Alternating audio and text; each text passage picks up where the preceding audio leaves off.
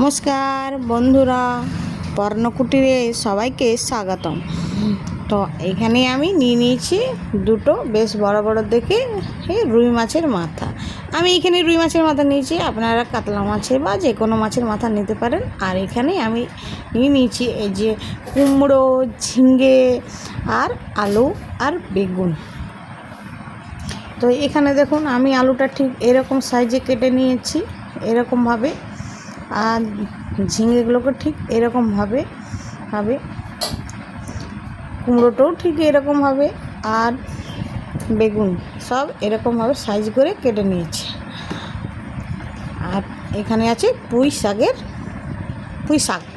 তো বুঝতে পারছেন তাহলে রেসিপিটা কী হচ্ছে। পুঁই শাক দিয়ে মাছের মাথা দিয়ে ছেঁচড়া। তাহলে এখানে আমি সমস্ত সবজি বেশ ভালোভাবে গুছিয়ে নিয়েছি। তো চলুন এবারে তাহলে রান্নাটা শুরু করা যাক। এখানে আমি মাছের মাথা বেশ ভালোভাবে ধুয়ে পরিষ্কার করে নিয়েছি। এর মধ্যে এখন নুন হলুদ ভালোভাবে হাত দিয়ে মেখে নেব।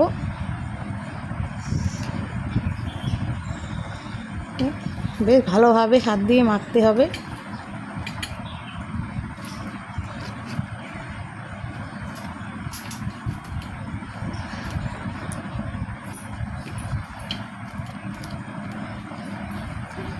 হাত দিয়ে মাখা হয়ে গেলে এবারে কড়াইয়েতে তেল গরম করতে দেবো। কড়াইয়ে চাপিয়ে দিয়েছি গ্যাসের মধ্যে, এবং এর মধ্যে তেলও দিয়ে দিয়েছি। দেখুন তেল গরম হয়ে এলো প্রায়, বাস তেল গরম হয়ে গেছে।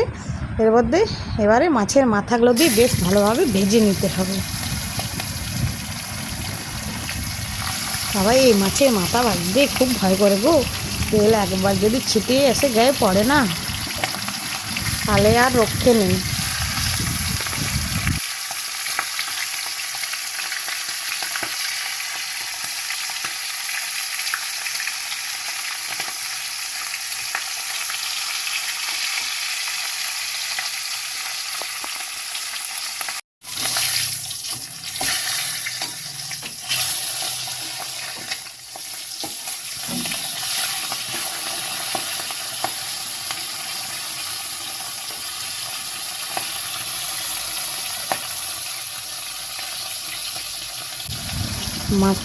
বেশ ভালোভাবে মাছের এপিঠ ওপিঠ লাল লাল করে ভেজে নিয়ে তুলে নিতে হবে।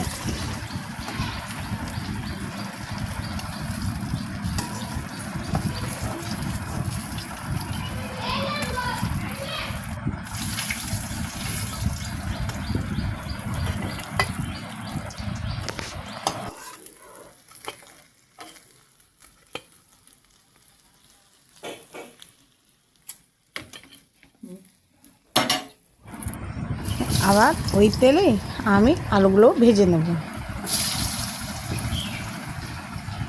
আলুগুলোকে খুব বেশি না ভাজলেও চলবে, বেশ একটু হালকা করে ভেজে নেব। আপনারা চাইলে লাল লাল করেও ভেজে নিতে পারেন।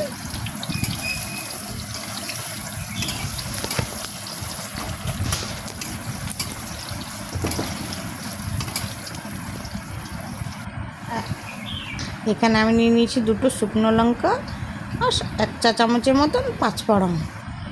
দেখতে পাচ্ছেন আমি মাছের মাথাগুলো ঠিক কীরকমভাবে ভেজেছি। কোনো রকম এখানে কাঁচা নেই বা কোনো রকম এইরকমভাবেই ভেজে নিতে হবে। চলুন আলুগুলো ভাজা হয়ে গেছে। এবারে দেখুন আলুগুলো ঠিক এরকমভাবে ভেজে নিতে হবে। এরকম ভেজে এবারে আলুগুলো তুলে নিয়ে যাক।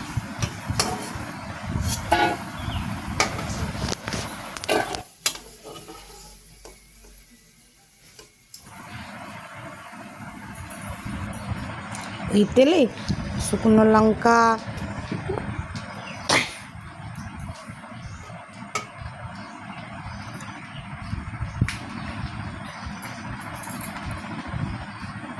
পাঁচফোড়ন দিয়ে একটা মিষ্টি গন্ধ বেরিয়ে এলে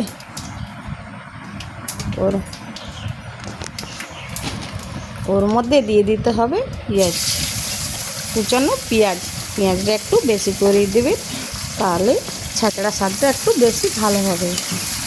পেঁয়াজটাকে খুব বেশি ভাজবো না, পেঁয়াজটা একটুখানি মজে এলেই ওর মধ্যে দিয়ে দিতে হবে। দেখতে পাচ্ছেন আমার পেঁয়াজটা ঠিক কীভাবে মজে এসেছে। এবার আমি এখানে দিয়ে দেবো 1 চামচ রসুন বাটা।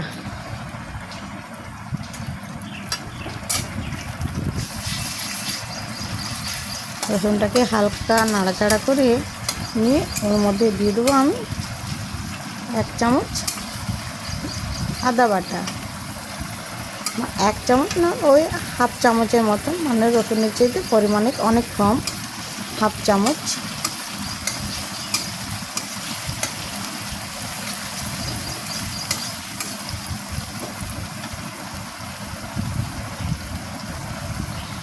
হাফ চামচ আদা বাটা দিয়ে দিলাম।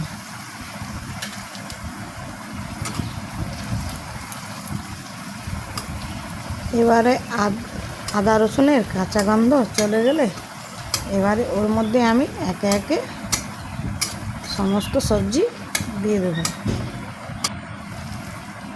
এই যে কুমড়ো দিয়ে সামান্য নাড়াচাড়া করে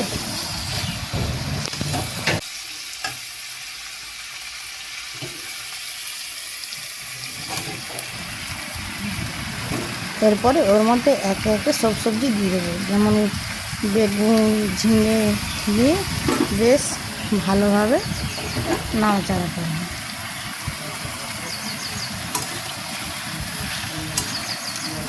বেশ ভালোভাবে নাড়াচাড়া করব।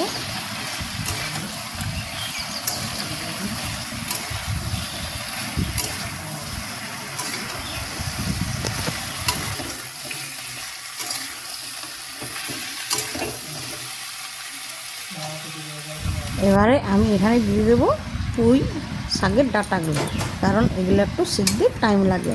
আমি শাক কিন্তু অনেক একটু পরে দেবো, এই সমস্ত সবজি একটুখানি মজে আসুক, তারপরে শাক দেবো। এর মধ্যে আমি এখানে আবার কিছু মশলা অ্যাড করবো, যেমন এই ধরুন একটু কাশ্মীরি লঙ্কা, নুন, হলুদ,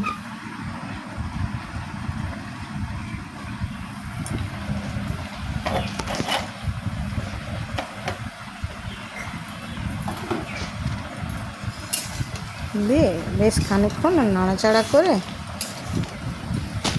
নুন, হলুদ, কাশ্মীরি লঙ্কা সব সবজির মধ্যে ভালোভাবে মিশিয়ে নিয়ে এখন দিয়ে দেবো হাফ চামচের মতন জিরে গুঁড়ো। আর জিরেগুলো দেখতে পাচ্ছেন আমার সবজিটা মধ্যে এসেছে, এবং এর মধ্যে দিয়ে দেবো এবারে পুঁই শাকগুলো।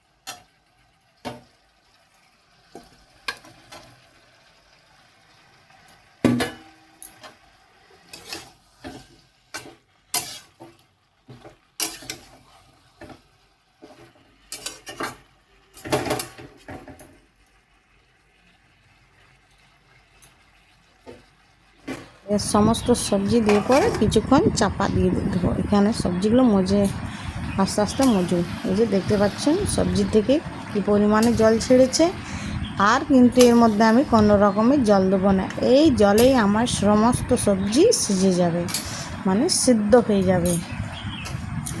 দেখতে পাচ্ছেন আমার সবজি থেকে কীরকম জল ছেড়ে দিয়েছে।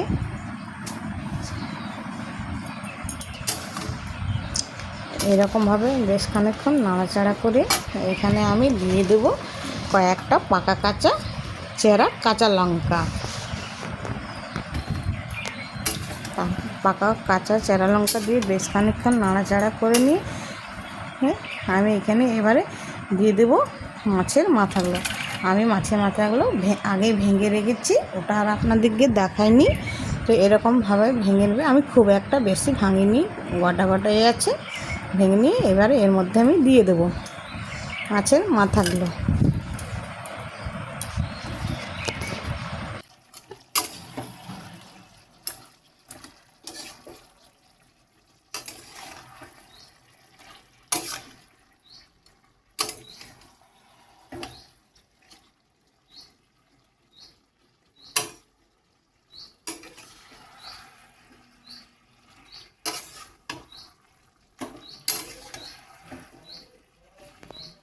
এবারে চাপা দিয়ে চলুন দেখি। এই যে দেখছেন আমার পুঁই শাক দিয়ে মাছের মাথা দিয়ে ছেঁচড়া তৈরি হয়ে গেছে। এই যে দেখতে পাচ্ছেন একটুও জল নেই এবং সমস্ত সবজি সিদ্ধ হয়ে গেছে এখানে। তাহলে এবারে আমি মাছের মাথা দিয়ে পুঁই শাক দিয়ে ছেঁচড়া আমার তৈরি হয়ে গেছে। চলুন এবারে এটাকে আমি নামিয়ে নিই।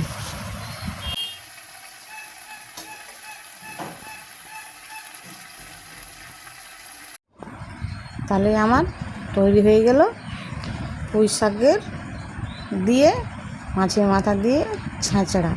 তাহলে ভিডিওটা যদি ভালো লাগে তাহলে অবশ্যই চ্যানেলটিকে লাইক করবেন, কমেন্ট করবেন এবং চ্যানেলটিকে সাবস্ক্রাইব করবেন। সুস্থ থাকবেন, ভালো থাকবেন আর ধন্যবাদ। তাহলে আমি আগামী দিন আরেকটা নতুন